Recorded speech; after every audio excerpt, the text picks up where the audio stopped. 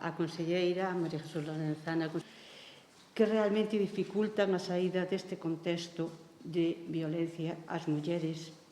Realmente o traballo que facemos dende a Consellería de Igualdade, o dicimos sempre, o comentaba agora mesmo con Rosa, de cara á atención integral das vítimas de violencia sería absolutamente imposible sen a colaboración constante que mantemos tanto con colexios oficiais como coas entidades de iniciativa social en Galicia. Isto para dar ese tratamento integral no que somos absolutamente pioneiros na execución do Pacto de loita contra a violencia de xénero.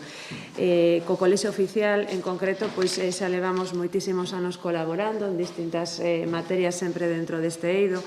Nos últimos 12 anos levamos investidos casi 3 millóns de euros en actuacións que levou a cabo o colexio en colaboración co ámbito de igualdade da Xunta de Galicia.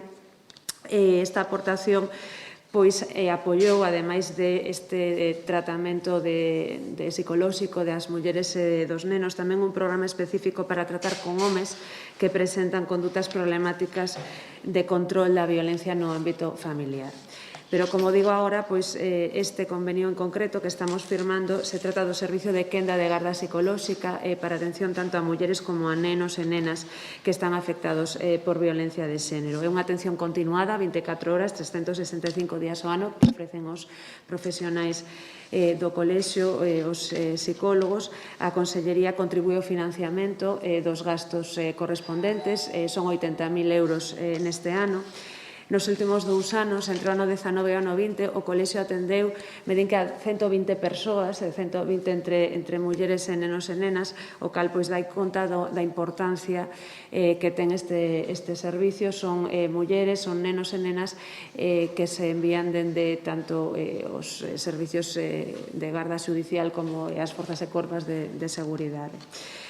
Co cal, simplemente volver a dar as gracias, Rosa, por esta colaboración e volver a sinalar o compromiso da Xunta de Galicia e, por suposto, da Consellería de Emprego e de Igualdade para continuar con esta colaboración e coas outras que vimos mantendo entre o Colexio e a Xunta de Galicia, porque, como digo, son esenciais para conseguir ese obxectivo común que temos entre todos, que é acabar a violencia de xénero cero, acabar dunha vez por todas con esta lacra que é a violencia.